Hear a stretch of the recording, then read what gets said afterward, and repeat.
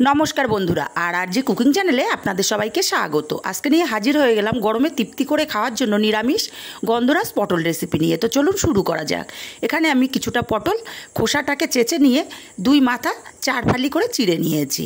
এখন একটা কড়াই গরম করে দিয়ে দেব তেলটা গরম করে সামান্য একটু লবণ এখানে দিয়ে দিলাম। তেলটা ভালো মতো গরম হয়ে গেলে পটলগুলো দিয়ে দিয়েছি। পটলগুলো দিয়ে নাড়াচাড়া করে পটলগুলোকে লাল লাল করে ভেজে নেব।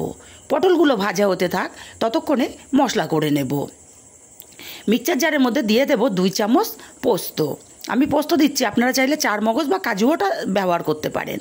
আর 4টে কাঁচা লঙ্কা দিলাম, হাফ ইঞ্চি আদা দিলাম। মিক্সচার জারটা ঘুরিয়ে সব কিছু গুঁড়িয়ে নিয়েছি।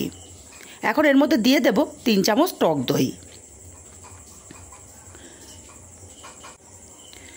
আর যেহেতু গন্ধরাজ পটল, গন্ধরাজ লেবু তো লাগবেই। এখানে আমি গন্ধরাজ লেবু নিয়েছি, একটা গ্রেটারের সাহায্যে সবুজ অংশটা গ্রেট করে কিছুটা দিয়ে দেব।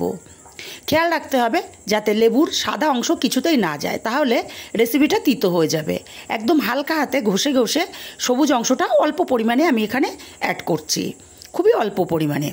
দেখতেই পাচ্ছেন আমি কিভাবে লেবুটা ঘষে নিয়েছি। আমি খুবই অল্প পরিমাণে এখানে দিয়ে দিলাম। এখন মিক্সচার জারটা ঘুরিয়ে সব কিছু আবার একসঙ্গে পেস্ট রেডি করে নেব। পেস্টটা আমার সম্পূর্ণ রেডি, এক সাইডে রেখে দেব। আর এদিকে পটলগুলো আমার বেশ লাল লাল করে ভাজা হয়ে গেছে। এখন পটলগুলোকে তেল ঝরিয়ে উঠিয়ে নিতে হবে। বন্ধুরা, রেসিপিটা ভালো লাগলে একটা লাইক দিতে ভুলবেন না। আপনাদের একটা লাইক অত্যন্ত গুরুত্বপূর্ণ। পটলগুলো সব উঠিয়ে নিয়ে এই তেলের মধ্যে সামান্য কয়েক দানা গোটা জিরে দিয়ে দিলাম। পেস্ট করে রাখা মশলাটা দিয়ে দিলাম। এর মশলাটাকে একটু সময় নিয়ে কষিয়ে নেব। খুব ভালো করে মশলাটা কিছুক্ষণ কষিয়ে নিয়েছি। এখন এখানে মিক্সচার জারটা ধুয়ে অল্প একটু জল দিয়ে দিলাম। দিয়ে দেবো হাফ চামচ হলুদ।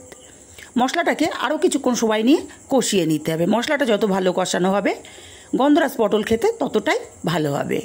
মশলাটা খুব ভালো করে কষানো হয়ে গেছে। এখন ভেজে রাখা পটলগুলো দিয়ে দিলাম। আর দিয়ে দেব স্বাদ মতো লবণ। পটলটাকে মশলার সাথে আরও কিছুক্ষণ সময় নিয়ে কষিয়ে নেব। নিরামিষ দিনে একটা দারুণ রেসিপি, একদম কম উপকরণে দারুণ একটা রেসিপি কিন্তু এই গন্ধরাজ পটলটা ভালো করে কষিয়ে নিয়ে পরিমাণ মতো জলটা এখানে দিয়ে দিয়েছি। খুব ভালো করে নাড়াচাড়া করে মিশিয়ে দেব। তারপরে ঢাকা দিয়ে রান্না করব 5 মিনিট। 5 মিনিট পর ঢাকাটা খুলে নেব। এখানে হাফ চামচ চিনি দিয়ে দিলাম। চিনিটাকে দিয়ে আবারও ভালো করে নাড়াচাড়া করে মিশিয়ে দিতে হবে। আবারও ঢাকা দিয়ে 2 মিনিট মতো রান্না করে নেব। 2 মিনিট পর ঢাকাটা খুলে নিলাম। গন্ধরাজ পটল আমার পারফেক্টভাবে রেডি হয়ে গেছে। এখন আমি গ্যাসটাকে অফ করে দিয়ে এখানে কিছুটা গন্ধরাজ লেবুর খোসা গ্রেট করা দিয়ে দেবো। আমি আগে থেকে গ্রেট করে রেখেছিলাম। আর 1 চির গন্ধরাজ লেবু নিয়েছি, সেই রসটাও এখানে নিংড়ে দিয়ে দেব।